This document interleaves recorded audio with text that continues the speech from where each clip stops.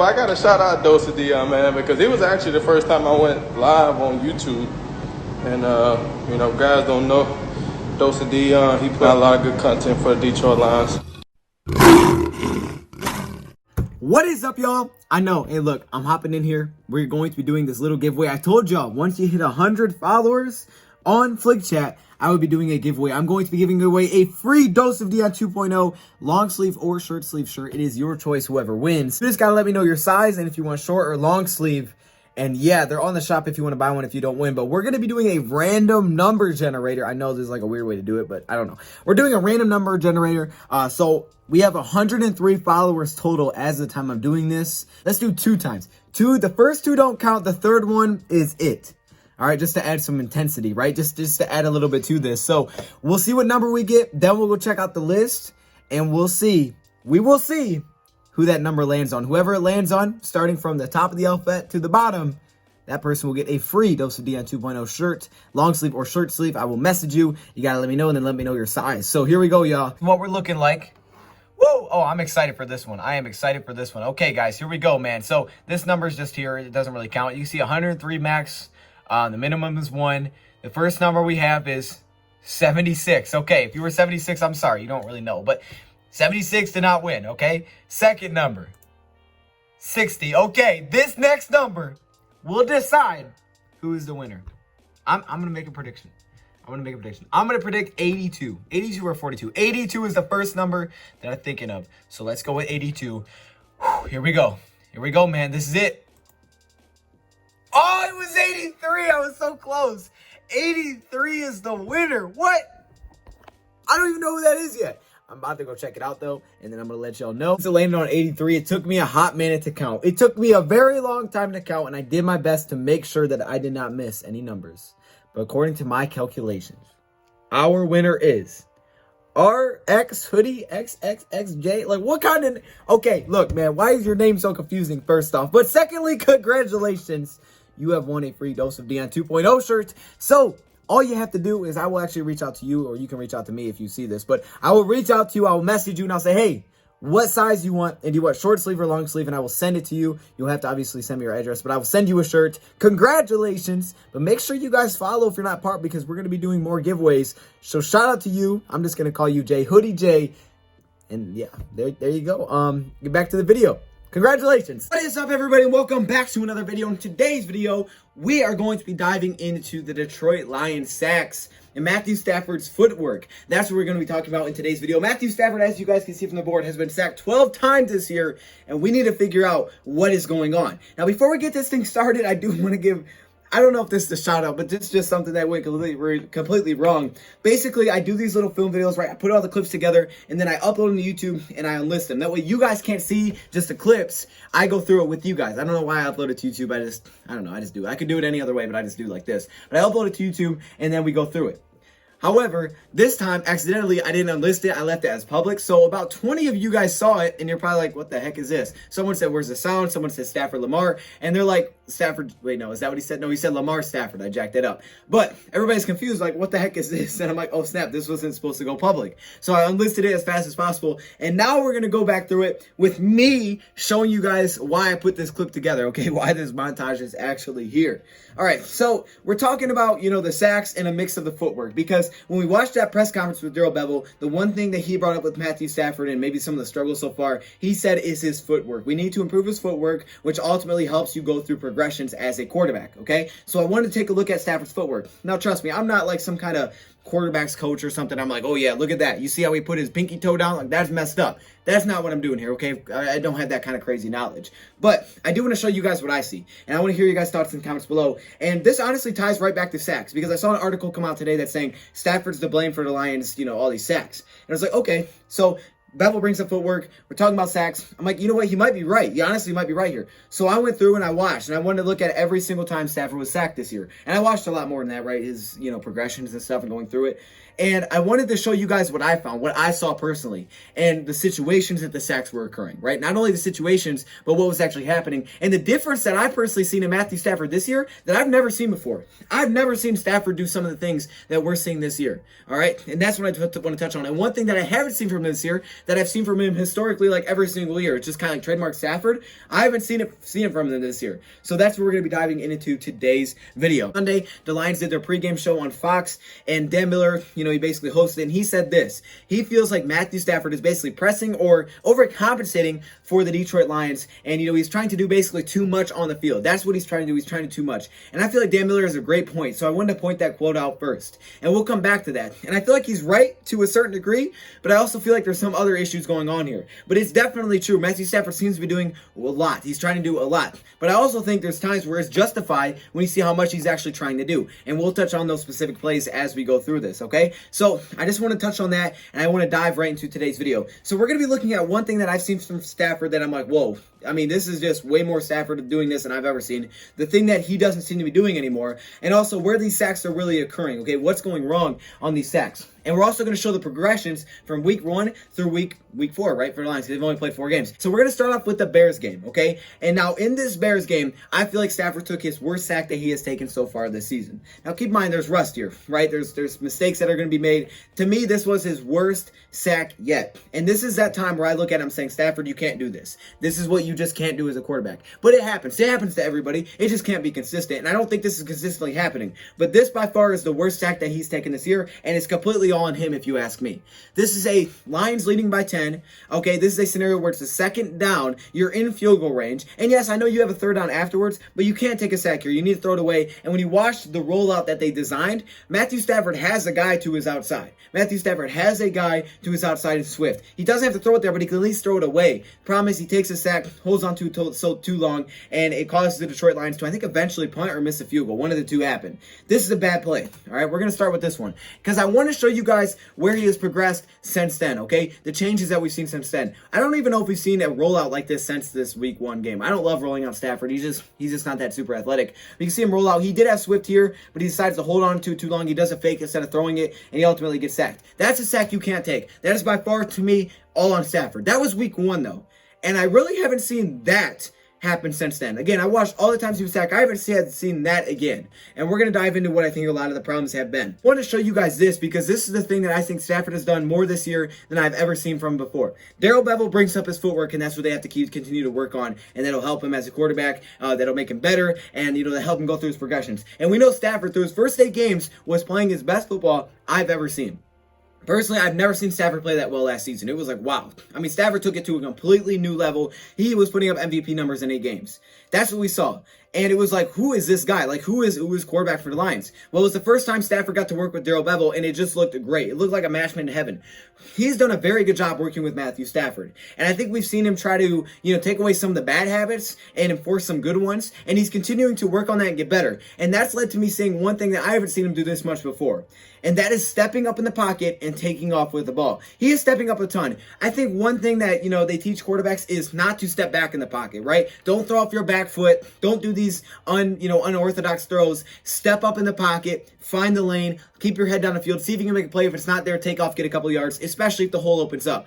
That's what quarterbacks are taught, and especially when you have guys like Russell Wilson who are super athletic. And you can tell that's what Stafford has been taught here is, hey, step up in the pocket. I don't think I've seen Stafford one time this year take a snap out of the gun, drop back, and throw it off his back foot like this. I don't think I've seen that one time this year. I don't think I have. I know the pick was close to that, but he rolled to the outside. I don't think I've seen that this year. And I feel like I've seen that so many times out of Stafford. It's just not happening anymore. It's something that they've taken out of his game. And I think that's going to be good for the future as he continues to get older, because I think once you start to lose some arm strength, which I don't think he's lost yet, but once you do, it's not something that you want to have, as like, okay, this is muscle memory to step back and throw it on my back foot, because he's not going to be able to get it there anymore. He's worked with an older Brett Favre, right? So he knows what it's like maybe for a quarterback to lose some of that arm strength. So he's trying to make sure that he has these great habits built now.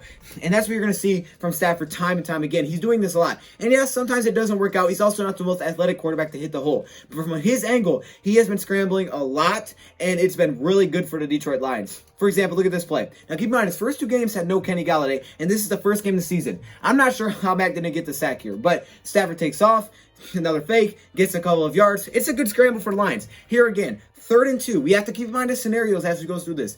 3rd and 2, Lions need only 2 yards to get a first down. What does he do? Well, fakes it there.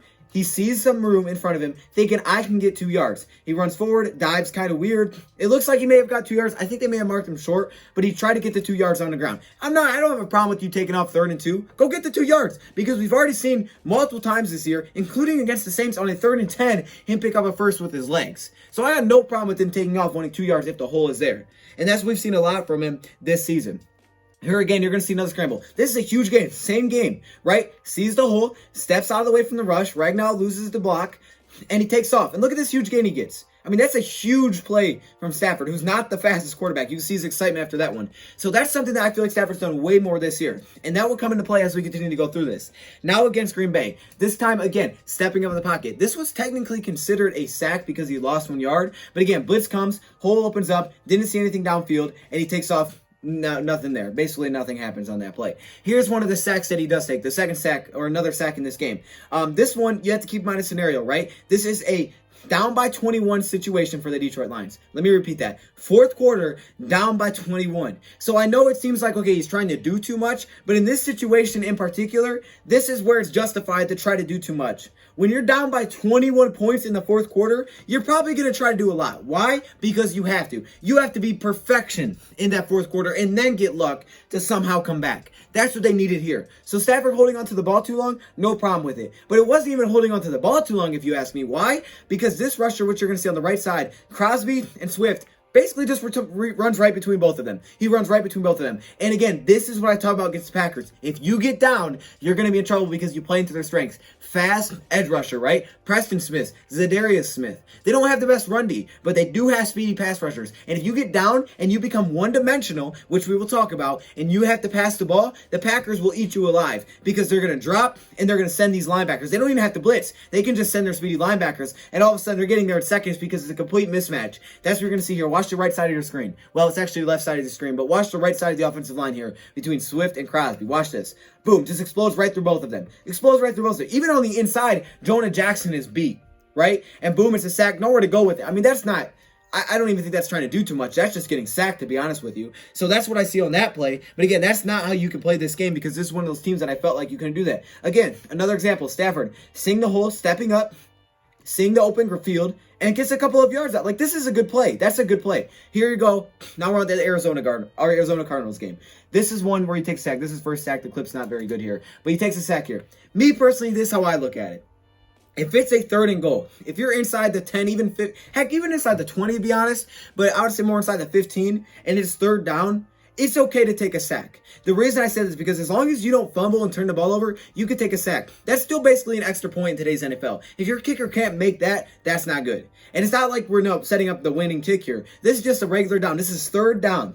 And Matthew Stafford, again, scenarios, Matthew Stafford holds the ball too long. Maybe. But again, I don't really know where he's going to go with this one. He's not super athletic. He gets burned off the edge. But again, what we're seeing here is linebackers coming, those guys blitzing, mismatches. Because again, the lines turn one-dimensional. I think this ultimately does come back once again to early downs. You have to have more success on early downs. Because if you get in situations, which I talked about, the reason Lions red zone is struggling, the reason the Lions lacking in red zone percentage, and it's in the bottom half of the league, is because for the Detroit Lions, they're getting into 3rd and 6, 3rd and 7, 3rd and 8, from inside the 10, and you're one-dimensional. You have no threat of running the ball. So that's what happens here. They bring edge rushers, they bring their speedy rushers, and Stafford, he has all his routes right here, nothing open. He's going to hold on to the football. Good thing is he doesn't fumble. The only thing I'm concerned with, really, is him maybe just making sure that he's not hurt, knock on wood, he's healthy. But Matthew Stafford, again, I have no problem with that, holding on the ball, looking for something, trying to make something happen. Offensive line was just getting blown off the ball. I mean, this is really bad. Watch this sack. Oh, my gosh.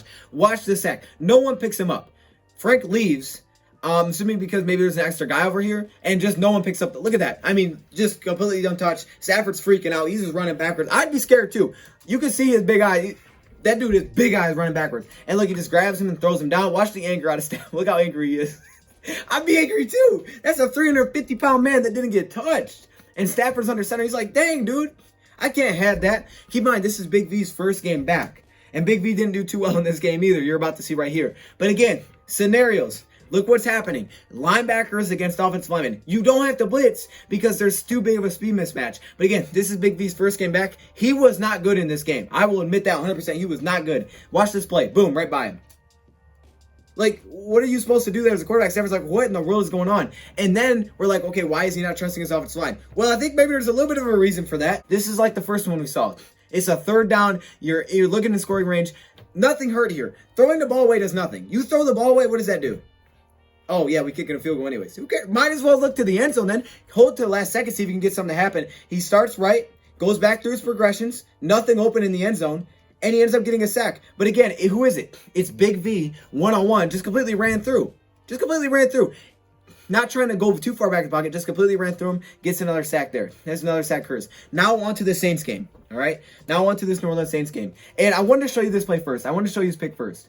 Because this is the time where I feel like Stafford was not trusting his offensive line. Stafford has a timer going off in his head. It says 3 seconds. Offensive line does a good job of holding up here. But Stafford has that timer going off his head. And once that thing hits 3 seconds, you can see his happy feet. All right, Stafford's got it. He starts to freak out a little bit. All of a sudden, he rolls out when he doesn't have to. I mean, there's no reason to go out of the pocket. He throws the picks. We talk about the pick. It's a tough pick because the receiver didn't even take off before he threw it. He just guessing completely where he's going to be. So he throws the pick there. I think that's maybe, again, where you can point back to overcompensating because the Lions gave up back-to-back touchdowns. It's now 14-14. And he's trying to do too much there. That's trying to do too much, no doubt. But I think it was Stafford lacking some trust in the offensive line. But it's not like it lasted. Because after that pick, you'll see for the rest of the game, Stafford trusts the offensive line completely to hold up. Here we go. Look at him. Trust the offensive line, step up in the pocket, throws it, misses the pass, but he trusts the offensive line. Here we go again. Linebacker against the offensive line here. Stafford steps up in the pocket, throws a dot, throws a strike. That's great.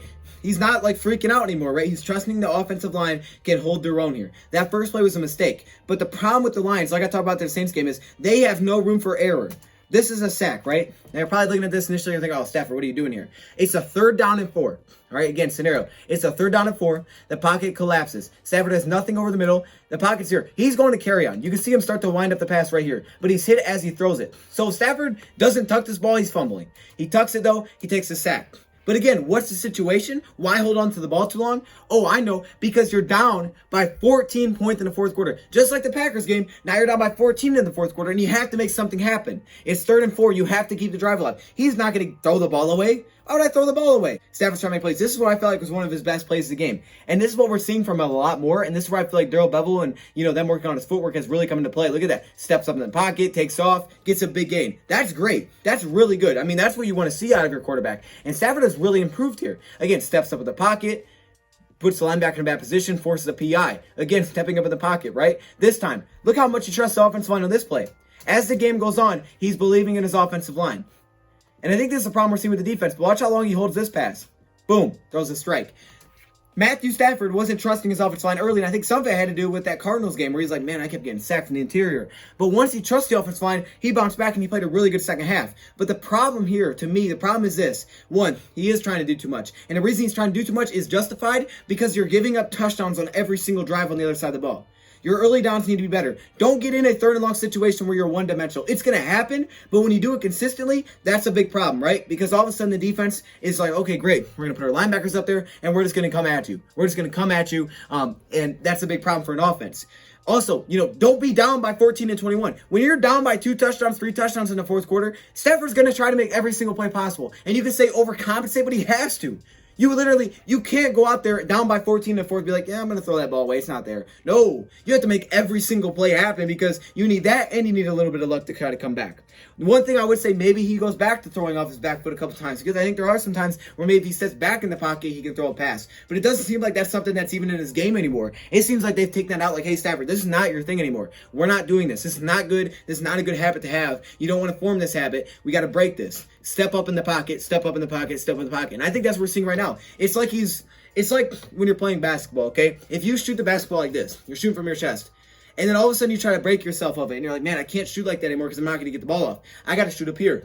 When you first start shooting, you're like, man, this is difficult. You're starting everything close. You're like, I can't get it there. That's what's happening. And I think what we're seeing with Stafford is he's coming out this like we saw last year. He's like, man, step up in the pocket, step up, don't step back. I'm not seeing this anymore. He's like, step up. Now I have to trust my offensive line. And I think there's just steps to it. And I think that's what we're seeing with the defense as well. They have to trust each other, that they're going to make the plays. But the problem with the Lions is this. The difference between him and Russell Wilson, who has been sacked 15 times, which Stafford is on pace to. So they have basically the same amount of sacks. The difference is they're winning football games. So the perspective of Russell Wilson and Stafford are completely different. Because Stafford takes the sacks apparently, but Russell Wilson is winning all these games. The problem is they're winning games because their defense is better. They're not giving up as many points. He's not having to do too much, right?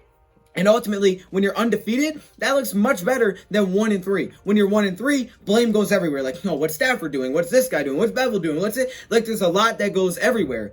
And that's kind of the problem right now. And that's where I feel like a lot of the blame is kind of shifted towards he's holding on the ball too long and stuff. But it's also, we have to be better as a team early in the game. Not just early downs, early in the game. We can't be down by 21 points. You put him in that situation, you're going to get in trouble. The times he's getting sacked, 3rd and long, 3rd from the goal line, which I have no problem with. Okay, down by 14, 20 plus points. Those are where his sacks are coming. The majority of the sacks come from there.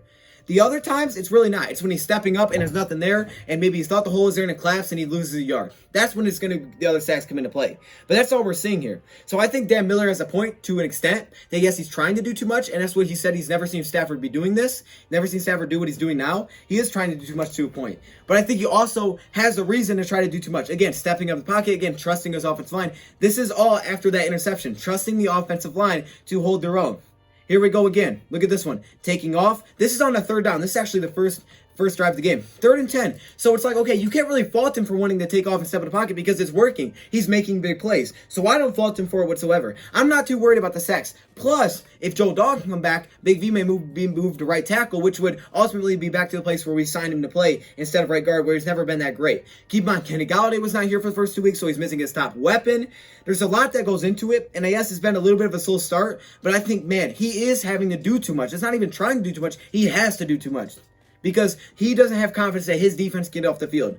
And I know it's like, okay, well, he needs to break himself of that. But I also see a lot of these sacks aren't coming from him doing too much. It's coming from the situation that they're in, right? So that's how I feel about this one. Let me know your thoughts in the comments below, man. How do you guys feel? Thank you for watching, and I'm out. Are you kidding me right now? I had to put my helmet on for this one. Are you kidding? Look at this. Look at all these members. What? Yo, hey, shout out to all the members, man. Look how many All-Pro members there are. Like, literally, it's the whole screen, dog. This is crazy. The patrons, of course, the Hall of Fame members, man. Y'all got the gold color. It's kind of yellow, but it's supposed to be gold. Shout out to all the members, man. If you want to be a part of this, all you got to do is join the channel. But there are perks that come with it. Stay locked in the community tab if you are a member, because that's where a lot of information comes out. I appreciate all of you. What?